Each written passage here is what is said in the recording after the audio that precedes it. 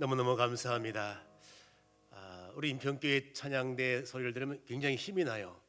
서울 대형교회 아무리 큰 교회가 해도 우리 교회만큼 못하는 것 같아. 그 교회는 숫자만 많을 뿐이지 우리는 적은 숫자 가지고도 이렇게 힘있게 할 수 있다는 것 너무너무 감사해요. 자, 좋은 찬양대 주신 하나님께 영광의 박수 한번 다시. 자, 우리 옆에 계신 분들과 한번 사랑의 인사 나누겠습니다. 사랑하고 축복합니다. 예, 감사합니다. 오늘은 이제 전국적으로 모든 교회들이 다 추수감사절로 지키는 날입니다. 지키는데 어떤 교회는 추석 때 추수감사절 예배를 드리는 교회가 있습니다. 괜찮습니다. 또 어떤 교회는 10월 마지막 주 추수감사절로 지키는 교회가 있습니다. 괜찮습니다. 날짜가 중요한 것이 아니라 드리는 우리의 마음이 중요한 거예요. 그래 될 수 있으면 모든 교회가 장로교, 감리교, 성결교, 순복음교, 침례교 다 함께 공통적으로 이 날을 지켰으면 좋겠다 하고 정한 날에 합심하여 드리면 좋습니다. 그래서 이제 항상 11월 셋째 주는 추수감사절로 보통 교회가 지키고 있습니다. 그래서 오늘 이 시간에는 감사와 관련된 것들을 한번 생각을 해보도록 하겠습니다. 감사와 이제 관련된 이제 공감대 형성을 위하여 퀴즈 문제를 하나 풀어보도록 하겠습니다. 자, 잘 보시고 퀴즈 문제 경상도 사투리로 에나에나 감사합니다. 에나에나가 무슨 뜻일까요?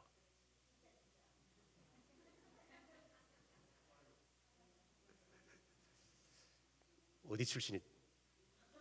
예? 그렇습니다. 거기 이제 여기 인터넷에 올라온 내용이에요. 내용인데 이제 이게 딱 해놓고 이거 모르면 경상도 출신 아니래. 이거 모르는 사람 경상도 출신이 아닌 거예요. 그런데 거기다가 에나에나 이게다가 이게 뜻이 이게 정말로 진짜로 그런 말이에요. 그래서 에나가 그러면 진짜가 이런 말이래. 그러니까 거기다 댓글을 달아서 진짜라고 하니까 그러니까 저걸 낸 사람이 네 어디 출신인데? 진주 출신이다. 진주에 가니까 그렇더라고요. 그래서 제가 엊그제 우리 봉고차 자동문이 고장이 나가지고 진주로 고치러 갔었어요. 그 고친 사람이 진주 아니면 부산으로 가야 된대. 그래서 가까운 진주로 갔더니 점심 때가 되어서 식당에 들어갔더니 저 말을 크게 이렇게 써놨더라고. 식당. 저희 식당을 찾아주셔서 에나에나 감사합니다. 이렇게 너무너무 감사하다는, 진짜로 감사하다는 그렇습니다. 우리가 하나님 앞에 감사 신앙을 가질 때에 진짜로 건성이 아니라 형식이 아니라 정말로 감사할 수 있는 그 마음을 담아드리면 하나님께서 기뻐하실 줄로 믿습니다. 그렇습니다. 자, 그러면 우리가 이제 이 감사와의 관계를 또 생각해 보기 위하여 2024년도 통계로 세계에서 행복 지수가 가장 높은 나라는 어느 나라일까요? 그거 어떻게 알아? 수시로 바뀌는데. 그렇습니다. 정답은 핀란드예요. 예전에는 부탄이라고 그랬는데 핀란드가 24년 통계로 이제 행복 지수가 가장 높은 나라로 되어 있답니다. 그렇습니다. 그래서 1위는 핀란드, 2위 덴마크, 아이슬란드, 이스라엘, 네덜란드 이런 식으로. 그러면 내가 사는 이 대한민국은 세계 국가 중에 행복 지수가 몇이나 될까? 한 몇 위 정도 될까요? 53위? 60 뭐라고 들리긴 들리는데 정답인 것 같습니다. 자, 그렇습니다. 대충 이제 다 하는 조사보다 137개국을 중심으로 조사를 한 결과 이제 우리가 대한민국이 57위 정도 된답니다. 그렇습니다. 57위 정도. 그래서 어쨌든 우리가 행복 지수를 높여가는 것 너무너무 귀한 일입니다. 그러면 행복과 이 감사와의 관계는 어떻게 될까? 감사와의 관계는 소유가 많고 적음에 따라서 행복이 높아지고 낮아지고 그렇게 되지 않는다는 것입니다. 그래서 이게 바로 감사가 많으면 많을수록 행복은 그만큼 높아진다는, 행복 지수는 높아진다는 것입니다.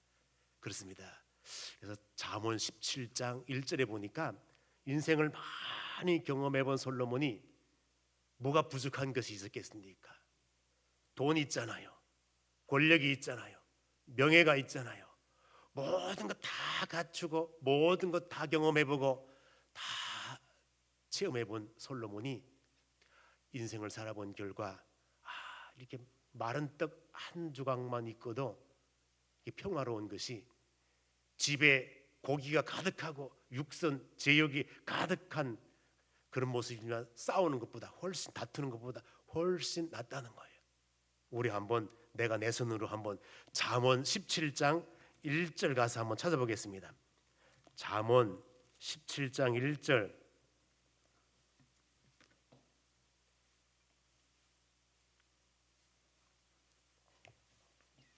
자, 다 같이 한번 읽어볼까요? 잠언 17장 1절 다 같이 한번 읽어보겠습니다. 시작.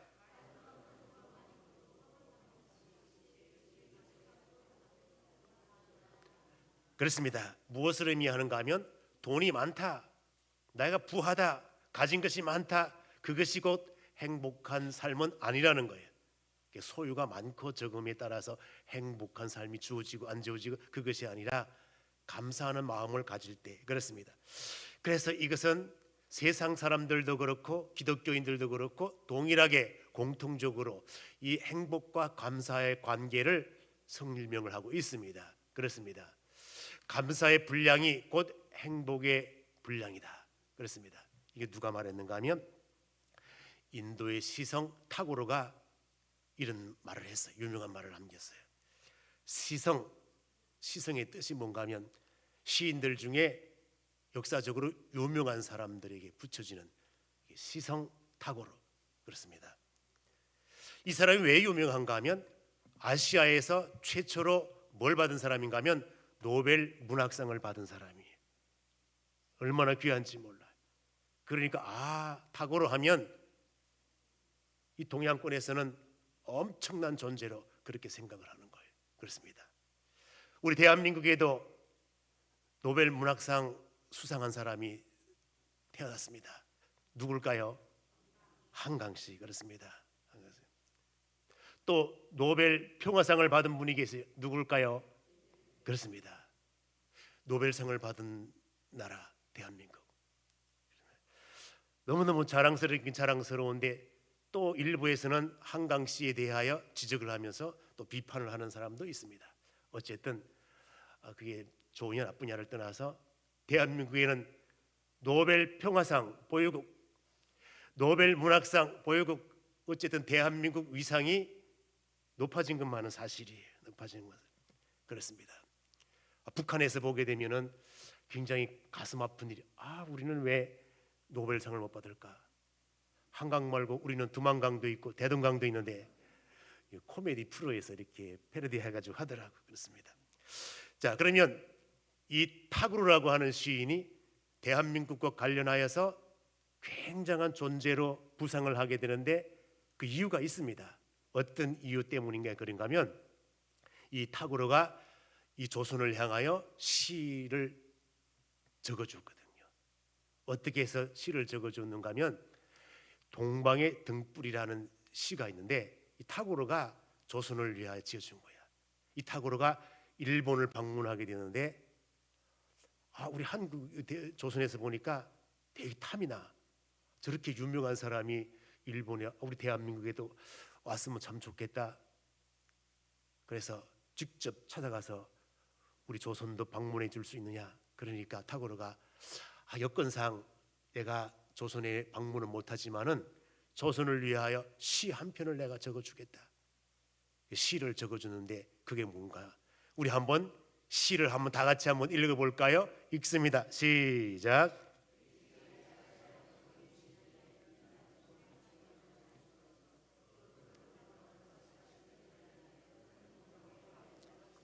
그렇습니다. 일제 치하에 있던 이 조선이 과거에 아시아가 잘 나던 그 황금 시기에 이 조선 땅도 등불 촛불을 향하여 등촉이라고.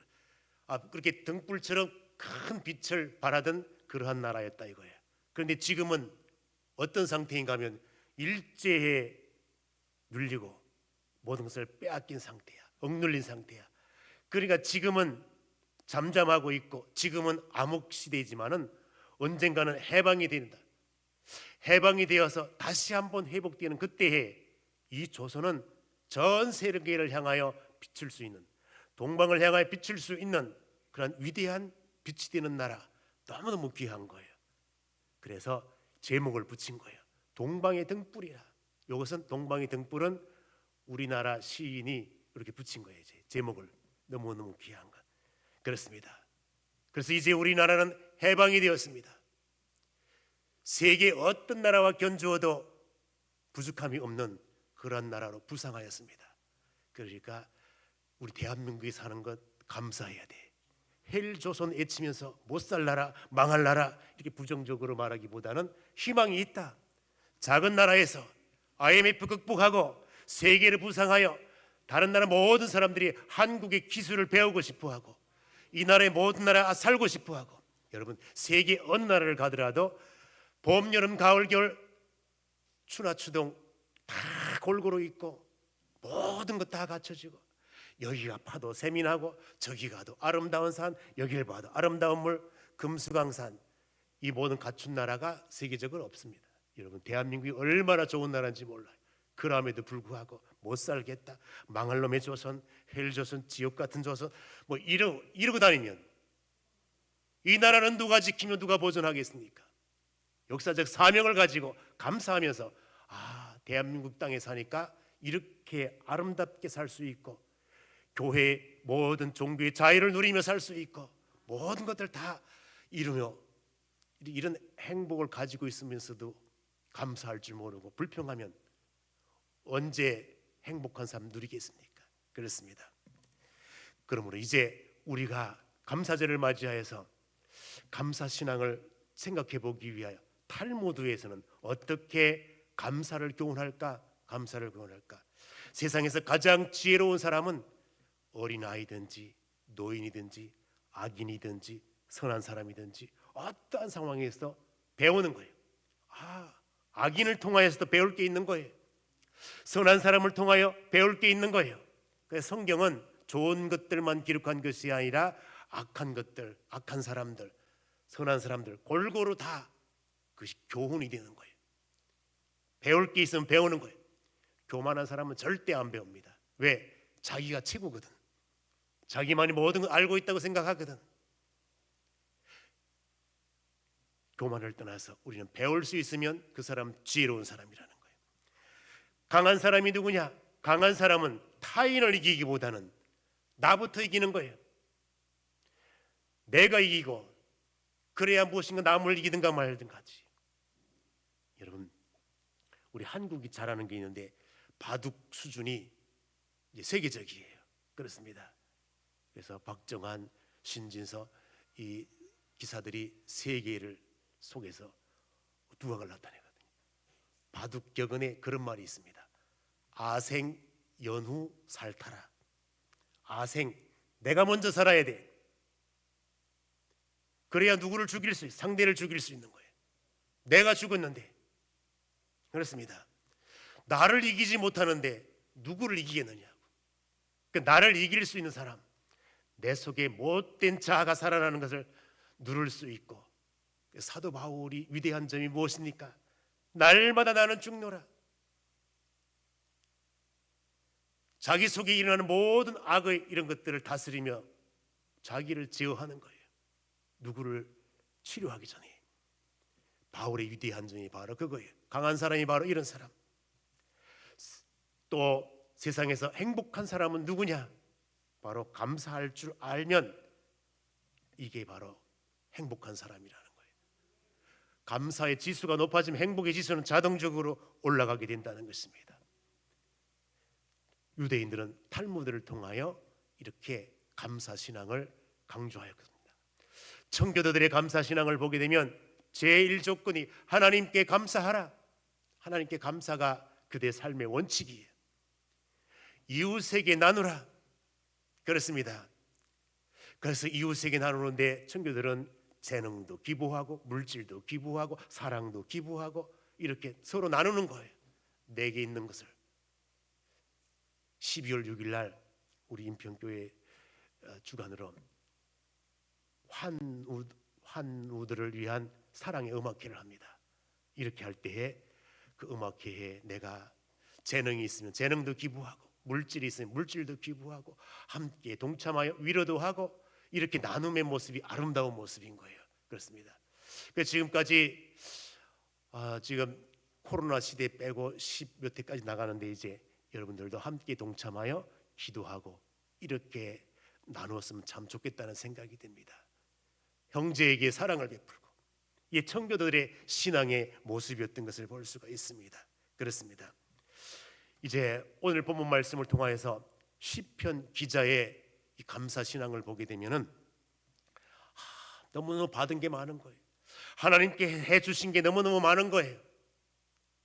그럼 하나님께서 이렇게 많은 것들을 영과 육으로 채워주셨는데 내가 하나님 앞에 어떻게 나가면 좋을까? 어떻게 나가면 좋을까? 그래서 오늘 본문 말씀을 기록을 합니다. 시편 116편 자 16절 한번 볼까요?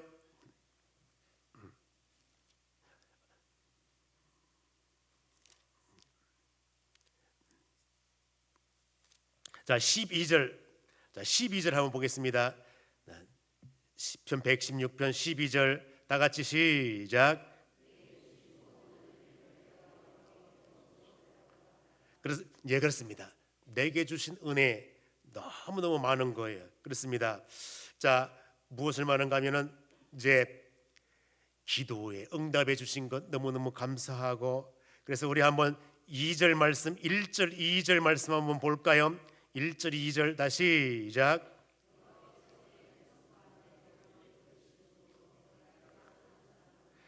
그의 귀를 내게 기울이셨으므로 내가 평생에 기도하리로다. 하나님께서 응답해 주신 것들이 너무너무 많은 것입니다. 또 뿐만 아니라 이제 8절 말씀 한번 볼까요? 8절 다 같이 한번 읽습니다. 시작.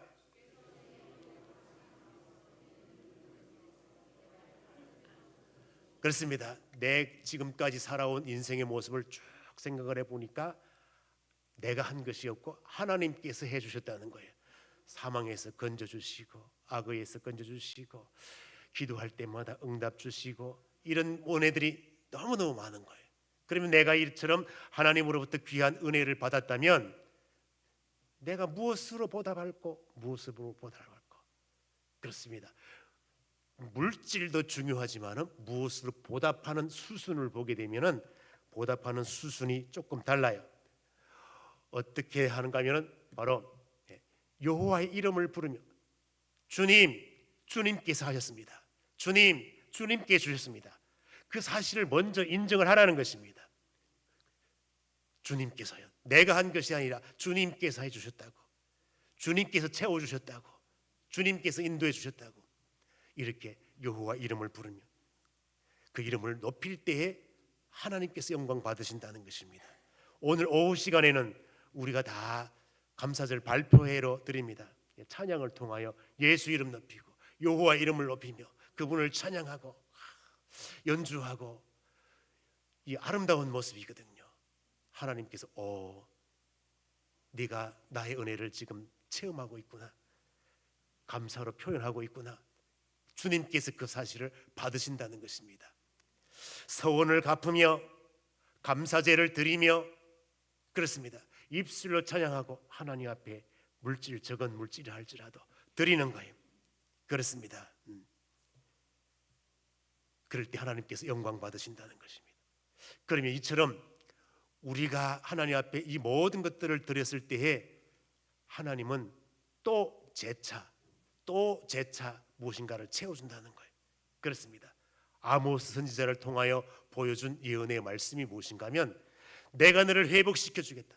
회복시킨 것으로 끝나지 아니하고 계속적으로 씨 맺고 뿌리고 씨 맺고 뿌리고 씨 맺고 뿌리고 계속적으로 2024년도만 채워주면 25년도는 어떻게 할 건데 걱정하지 마라.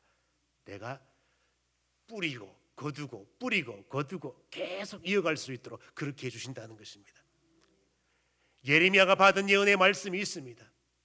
하나님께서는 광야길 걸어가는 인생들에게 이 모양 저 모양 사랑으로 회복시켜 주셨습니다. 그러면 너는 회복시켜 주신 그 하나님 앞에 어떻게 할 것인데? 시온으로 올라가라는 것입니다. 하나님 앞에 찬양하라는 것입니다. 이게 바로 받은 은혜에 대한 감사의 표현인 것입니다. 그렇습니다.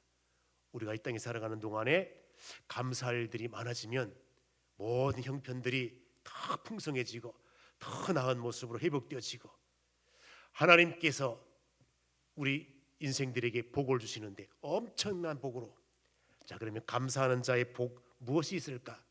이 복은 예수 믿는 사람이나 안 믿는 사람이나 동일하게 강건의 복 허락해 주시는데, 이제 이러한 것들을 영적으로 승화하여 또 생각을 하는 것입니다.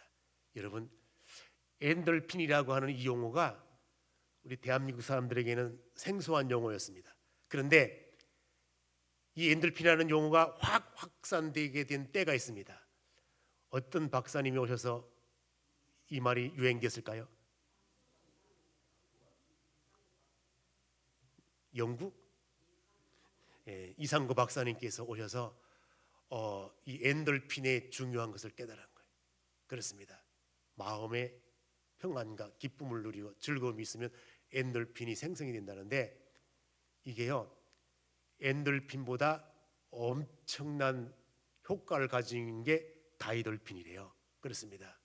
이게 바로 감사하고 기뻐하고 즐거워하고, 이게 보면 이러한 것들이 기독교인들에게 많이 나타나는 이유가, 기독교인들은요 찬양을 해도 그냥 찬양을 안 해.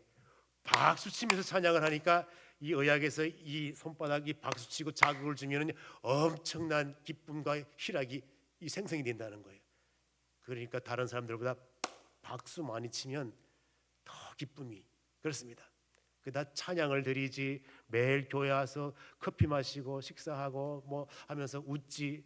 세상 사람들은 웃을 일이 없어. 세상 사람들 출근하는 모습을 보세요. 다 찡그리고 뭐 어디 끌려가는 것처럼 바삐 가야 돼. 바삐 일해야 돼. 찡그리고 퇴근해야 돼. 그래 가자, 일하자, 왔다, 묵자, 자자, 그걸 그냥 계속 반복적이야. 그런데 우리 기독교인들은 어떻습니까? 바쁜 와중에도 하나님 앞에 찬양 드리고 기뻐하고 발표해야 하고 뭐 하게 되면 무슨 일에 기쁜 일에 동참을 하고, 그러다가 보니까 삶이 밝아. 얼굴에 기쁨이 넘쳐. 그렇습니다. 그렇습니다. 의학에서 이 얼굴의 근육 이런 걸 다 좋아하면 일부러라도 계속 웃는 척하면은 여기 그렇게 인식이 된, 뇌에서 인식이 된대요. 이 사람이 기뻐하는구나. 그래서 엔돌핀, 다이돌핀을 계속 내보낸다는 거예요. 억지로라도 웃으면, 미스 코리아 출전하는 사람들이 웃는 연습을 위하여 입을 찢어내요. 항상 이처럼 억지로라도 그렇게 하면 이 뇌에서 그렇게 인식한대. 이 사람이 지금 기쁘구나. 억지로가 아니라 진정으로 기쁘면 얼마나 많은 엔돌핀이 나오겠습니까? 다이돌핀이 나오겠습니까? 그렇습니다. 그래서 이 엔돌핀, 다이돌핀이 나오면 면역력이 강화되고 엄청난 건강 호르몬이 우리 속에서 배출되어서 삶을 유지시킬 수 있다는 것입니다. 그렇습니다. 이것은 바로 영적인 건강, 육적인 건강 동시에 얻을 수 있는 것이 감사신앙이라는 것입니다. 그렇습니다. 그럼 이제 우리가 이 감사절을 맞이하여서 은혜에 대한 감사가 있으려면 이 은혜가 누구로부터, 은혜의 출처가 어디냐, 이것을 깨달아야 되는데, 여러분 우리 기독교에서는 하나님으로부터 하나님을 섬기지 못하는 사람들은 이 은혜의 출처가 어딘지를 모르는 거예요. 그 감사가 없는 것이죠. 우리 기독교는 이 은혜가 하나님으로부터, 우리 주 예수 그리스도로부터 왔다, 이것을 인식하거든요. 그럼 받은 은혜에 대하여 내가 보답을 어떻게 실천해야 될 것인가, 그것을 깨달았다면 귀한 것입니다. 여러분들 이 시간을 통하여 내가 체험한 대로, 깨달은 대로 사랑 실천하여 하나님께 영광이 될 수 있기를 주님의 이름으로 축원드립니다. 기도하겠습니다. 사랑 많으신 아버지 하나님, 말씀을 통하여 교훈받게 하신 것 감사합니다. 이 말씀이 그냥 이론적으로 이해되는 것으로 끝나는 것이 아니라 삶으로 실천하여 하나님께 영광, 많은 사람들에게 유익이 될 수 있게 하여 주시옵소서. 예수님의 이름으로 기도 올리옵나이다. 아멘.